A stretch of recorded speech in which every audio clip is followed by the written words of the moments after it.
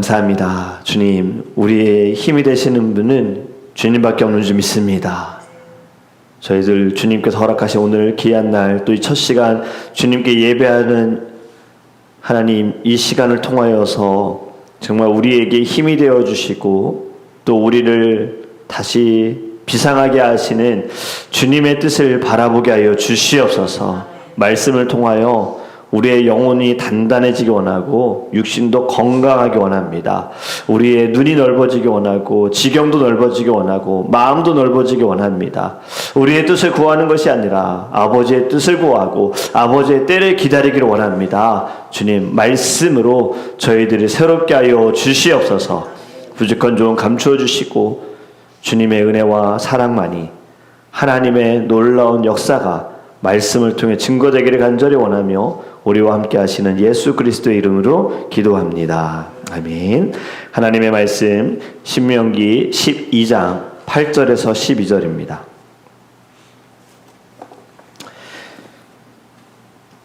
구약성경 281페이지입니다. 신명기서 12장 8절에서 12절 말씀입니다.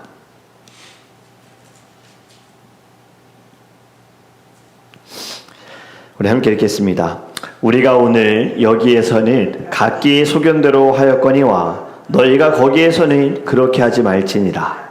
너희가 너희 하나님 여호와께서 주시는 안식과 기업에 아직은 이르지 못하였거니와 너희가 요단을 건너 너희 하나님 여호와께서 너희에게 기업으로 주시는 땅에 거주하게 될 때, 또는 여호와께서 너희에게 너희 주위의 모든 대적을 이기게 하시고 너희에게 안식을 주사 너희를 평안히 거주하게 하실 때, 너희는 너희의 하나님 여호와께서 자기 이름을 두시려고 택하실 그곳으로 내가 명령하는 것을 모두 가지고 갈지니 곧 너희의 번제와 너희의 희생과 너희의 11조와 너희 손의 거제와 너희가 여호와께 서원하는 모든 아름다운 서원물을 가져가고 너희와 너희의 자녀와 노비와 함께 너희의 하나님 여호와 앞에서 즐거워할 것이요 네 성중에 있는 레위인간도 그리할지니 레위인은 너희 중에 분깃이나 기업이 없음이니라. 아멘. 어제 우리 바울에 대한 말씀을 함께 수요 저녁 예배 때 나눴습니다. 어제 예수님을 만나기 전에 바울도 이러한 마음이었을 겁니다. 내 생각이 옳다라는 거죠. 사람들은 일을 하면서 자주 이런 말을 합니다. 제 생각에는 이게 맞습니다. 나는 그렇게 생각하지 않습니다. 제가 살아온 방법이 맞습니다. 제가 경험했거든요. 우리는 자신의 생각을 따라 살아갑니다. 또 그것이 당연하게 느껴지지요. 어떤 길을 선택할지, 무엇을 중요하게 여길지, 어떤 일을 결정하는 모든 일에 우리는 늘 우리의 생각과 판단을 사용합니다. 하지만 성경은 때때로 우리에게 불편한 말씀하십니다. 너희의 생각이 기준이 되어서는 안 된다라는 거예요. 오늘 본문의 말씀이죠. 너희가 오늘 여기에서는 각기의 소견대로 하였거니와 너희가 거기에서는 그렇게 하지 말지니라. 여러분, 각기 소견대로 행하는 것은 하나님을 중심에서 밀어내는 겁니다. 내 의견이, 내 마음이 우선이 되는 것. 그래서 8절에 너희가 오늘 여기에서는 각기의 소견대로 하였다. 이스라엘은 오랫동안 광야에서 살았지요. 아직 하나님께서 주시는 기업을 받지 못했습니다. 누리지 못했어요. 정착하지 못했습니다. 삶이 안정된 상황도 아닙니다. 그런데 이러한 상황 가운데 새로운 삶을 명령하시면서 너희가 거기에서는 그렇게 하지 말지니라. 약속의 땅에 들어가면 소견대로 살아가지 말아라. 하나님이 말씀하신 대로, 명령하신 대로 너희는 지키며 살아라. 문제는 우리에게도 소견이 있다라는 겁니다. 경험도 있고 지식도 있고 판단도 합니다. 그런데 문제는 생각을 하는 것 자체가 문제는 아닙니다. 생각도 하나님이 우리에게 주신 것이기에. 그런데 정말 문제가 무엇이냐? 내 생각이 하나님의 말씀보다 더 높은 자리에 있다라는 거죠. 우리가 이제 아시죠? 하나님이 우리에게 주시는 권위, 성경이잖아요. 성경보다 위에 있는 것은 없어야 돼요. 그런데 목회자가 성경보다 위에 있는 것, 자기의 소견에 옳은 대로, 직분자가 성경보다 위에 있는 것, 성도들이 말씀은 듣지만 늘 결정은 성경보다 위에 있는 것. 다 같은 이야기입니다. 하나님은 우리에게 이미 하나님의 뜻을 말씀하셨습니다. 용서하라. 그런데 우리는 뭐라고 말합니까? 제 마음은 용서할 수가 없습니다. 제 생각은 용서할 수 없습니다. 원수를 사랑하라. 제 마음이 거기까지 못 갑니다. 염려하지 말아라. 그런데 우리는 말합니다. 제 상황은 좀 다릅니다. 성경은 분명히 말씀하지만 우리는 늘 내 기준에 맞춰서 내 소견에 옳은 대로 내 소견대로 우리는 말하고 행동하고 결정한다는 거죠. 말씀은 잘 들어요. 그런데 우리는 이미 결정해놔요. 마지막 결정권은 하나님께 있는 것이 아니라 내게 있다는 거죠. 하나님이 마치 내 삶을 모르는 것처럼 지금 모르고 이렇게 이야기하시는 거야. 목사님이 우리의 처지는 하나도 모르고 지금 이렇게 이야기하셔. 같은 이야기예요. 여러분, 말씀은 말씀대로 받아야 할 줄 믿습니다. 내 소견대로 말씀을 걸을 것이 아니라 하나님이 주시는 말씀을 삶에 잘 적용하는 것이 너무나도 중요한 거예요. 우리의 생각은 여러분 자주 변하지 않습니까? 어제 좋다가도 오늘은 싫어질 수 있어요. 아침에는 좋다가도 저녁에는 또 싫어질 수 있어요. 오늘은 확신했던 것이 또 내일 되면 불안해질 수 있는 거예요. 우리는 늘 이 감정에 따라서 판단이 달라집니다. 그래서 우리의 소견, 안정된 기준이라고 말할 수가 없는 거예요. 저의 소견과 여러분의 소견도 다 다르잖아요. 옆에 앉아있는 사람의 소견도 다르고, 같이 사는 사람의 소견도 다르고, 같이 일하는 사람의 소견도 다르고. 잠언서 14장 12절에 말씀하시죠. 어떤 길은 사람이 보기에 바르나 필경은 사망의 길이나 내가 보기에는 맞다. 그러나 그 길이 옳지 않을 수 있다라는 거. 여러분, 지금 오늘 하나님께서 하시는 말씀, 너희가 약속한 땅에 들어갔을 때에는 지금처럼 너의 소견에 옳은 대로 하지 말아라. 왜 이런 말씀하셨는가? 광야에서도 하나님께서 많은 은혜를 베풀어 주셨음에도 불구하고 늘 이들은 자기의 소견에 옳은 대로 원망했고 불평했고 불만을 가졌습니다. 약속한 땅에 들어가서는 제발 그렇게 하지 말아라 라고 부탁하시는 거죠. 그런데 여러분, 우리가 잘 알듯이 사사기의 핵심 말씀이 무엇입니까? 사사기 21장 25절 사사기의 마지막 말씀이 이렇게 끝납니다. 그때 이스라엘에 왕이 없으므로 사람이 각기 자기의 소견에 옳은 대로 행하였더라. 분명 하나님께서는요, 벌써 몇백 년 전에 말씀하셨어요. 그렇게 하지 말아라. 그런데 결국에는 자기 소견에 옳은 대로 하나님도 섬기면서 우상을 섬기다가 때려 맞고 하나님 용서해 주세요. 하나님 사사를 세우셨어요. 그런데 또 다시 돌아가는 거. 여러 번 반복되잖아요. 자기 소견에 옳은 대로, 소견에 옳은 대로. 우리의 삶이 왜 어려운가? 왜 자꾸 고난이 반복되어지는가? 한번 잘 생각해 보세요. 내 소견에 옳은 대로 자꾸 행하는 것은 아닌가?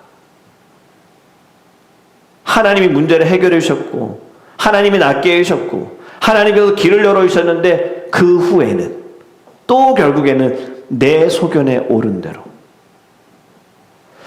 여러분, 지금 사사기의 말씀, 혼란의 시대를 보여주는 말씀입니다. 각자가 자기 기준을 따라 살면 누가 옳은 겁니까? 누가 옳다고 말할 수 있습니까? 자기 생각이 진리가 되고 자기 감정이 기준이 되어지고 자기 경험이 정당화되어지고 욕망이 정당화되고 그러다 결국에는 이렇게 공동체가 무너지는 거예요. 교회도 마찬가지예요. 교회도 자꾸 내가 옳아요, 내 소견대로 해야 돼요, 내 뜻대로 해야 돼요, 내 의견대로 해야 돼요. 이러니까 자꾸 공동체가 어려워지는 거예요. 우리는 늘 말씀대로 가야 되는데, 지금 사사기의 문제는 단순히 왕이 없었다는 게 문제가 아닙니다. 하나님을 왕으로 인정하지 않는 것이 문제예요. 이미 하나님이 왕이신데. 그래서 결국에는 각자가 다 왕이 된 거예요. 이게 내 소견에 옳은 대로 된다라는 거죠. 여러분, 우리의 문제도 예수님을 믿지 않는다고 말하는 것만이 아닙니다. 입으로는 주님이 나의 왕이십니다 하지만 내 삶은요, 결국에는 내가 왕으로 살아가고 있는 거예요. 여전히 내 삶의 중심은 나라는 거죠. 여러분 9절에 이렇게 말씀합니다. 너희가 너희 하나님 여호와께서 주시는 안식과 기업에 아직은 이르지 못하였거니와. 그러나 하나님께서는 지금 그들을 약속의 땅으로 인도하시는 거예요. 그리고 11절에 너희 하나님 여호와께서 자기 이름을 두시려고 택하실 그곳으로 너희가 가져다가. 지금 이것이 하나님께서는 장소를 결정하셨습니다. 이스라엘에 정한 것이 아닙니다. 백성들이 마음대로 정한 것이 아니라 하나님이 정해주셨어요. 여러분 왜 이렇게 하셨을까? 예배는 사람이 주도하는 것이 아니라 하나님께서 규정하신 대로 말씀하신 대로 해야 된다는 거죠. 지금 여기에도 보면 10절에 11절에도 내가 명령하는 모든 것을 가지고 갈지니 번제와 희생과 11조와 거제와 여호와께 서원한 모든 아름다운 서원물을 가지고 가라예요. 하나님이 이거 필요해서 달라는 거 아닙니다. 예배를 드리는 자들의 마음을 하나님께서 바로 세우시기 위하여 정하신 거예요.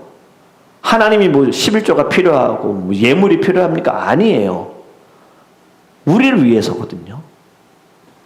여러분 지금 한국에서도 토요일 공예배에 대한 이야기, 의견들이 좀 있습니다. 주일 공예배가 아니라 토요일, 왜냐하면 한국이 주 5일 근무제로 바뀌면서 사람들이 이제 많이 좀 여행을 막 다니는 거예요. 돌아다니는 거예요, 주말에. 금요일부터 주일까지 사람들이 예배를 드릴 수가 없으니까 아예 정했어요. 토요일 아침에 11시에 아니면 10시에도 예배 드릴 거니까 예배 드리고 떠나세요라고 정한 거예요. 한국의 크고 유명한 교회들이 지금 그렇게 예배하는 교회가 있습니다. 또 어떤 교회는 이제 애견이라고 얘기해야 되잖아요. 그냥 예전처럼 개, 고양이 이런 단어가 아니라 이제는 반려견, 반려묘, 이제 가족처럼. 저도 개를 한국에서는 키워봤어요. 어릴 때는 2마리 키워본 적이 있어요. 저도 굉장히 좋아합니다. 근데 한국에 이제 너무 많이들 키우니까 개 때문에 교회 오기 어렵고, 그래서 이제 한국에서는 애견 돌봄 섬김 부서가 생겼어요. 개를 데리고 오세요. 저희가 개 봐줄 테니까요. 예배 드리세요. 자, 이해는 돼요.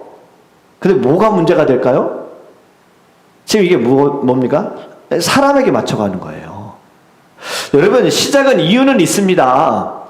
그런데 우리의 다음 세대, 또 다음 세대, 또 다음 세대, 이유 상관없어요.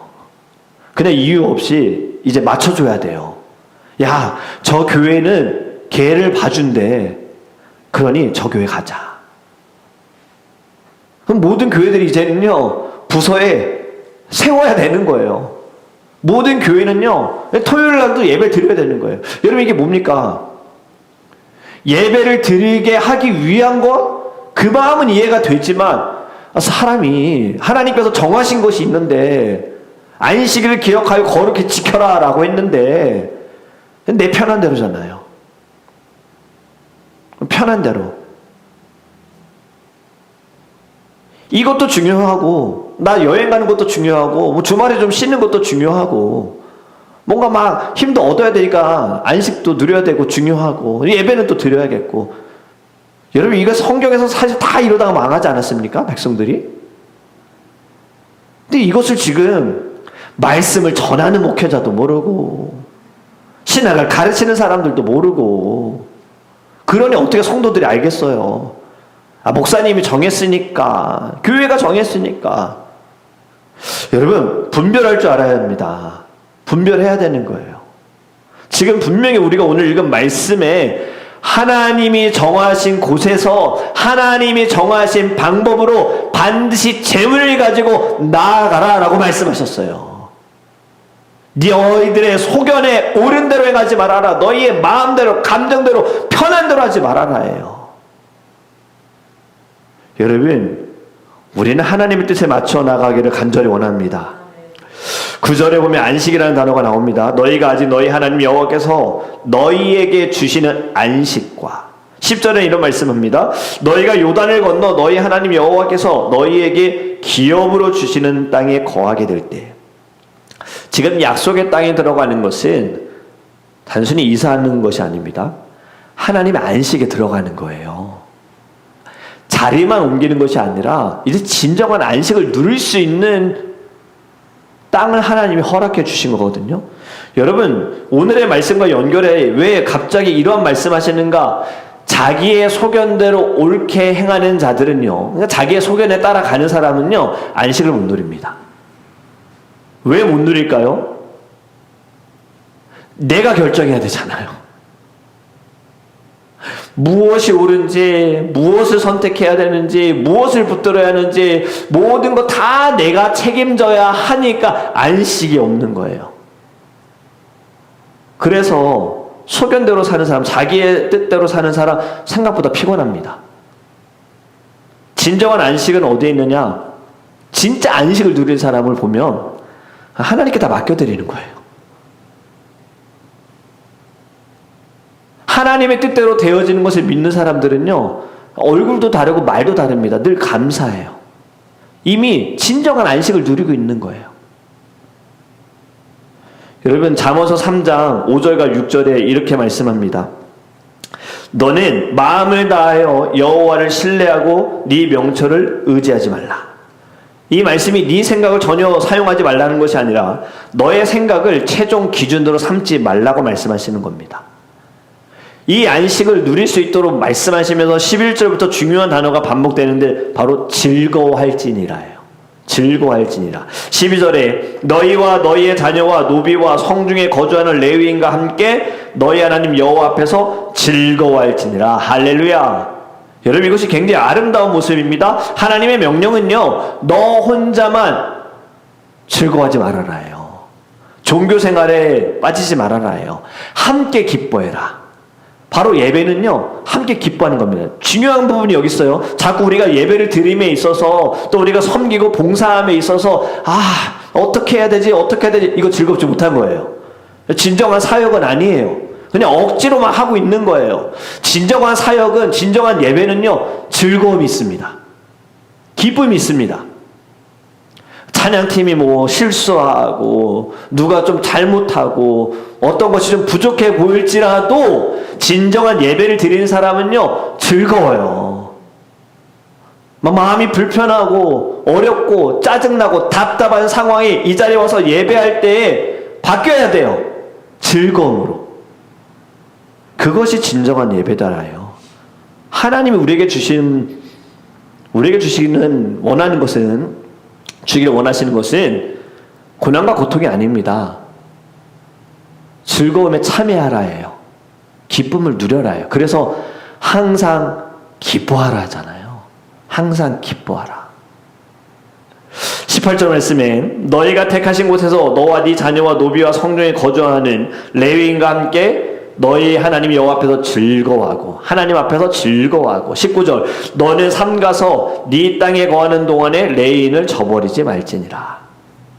하나님께서 복을 주셨을 때 반드시 너희가 알아야 할 것은 너와 너희 자녀들과 종들과 그리고 레위인들을 기억해라. 왜 레위인을 언급했을까요? 기업이 없기 때문에, 땅을 받지 못했기 때문에. 아무것도 이들은 가나안 땅에 들어가도 이들의 삶은 사실 다른 건 없습니다. 광야에서도 하나님께 제사를 드리는데 섬겼던 거 그대로 너희들은 가나안 땅에 들어가서도 하라. 그래서 이들에겐 분깃을 주지 않으셨어요. 그래서 모든 이스라엘 백성들에게 돌봐라입니다. 즐거움을 너희만 누릴 것이 아니라 주변을 돌아보면서 이들도 즐거움에 참여할 수 있도록 그들을 돌봐주어라.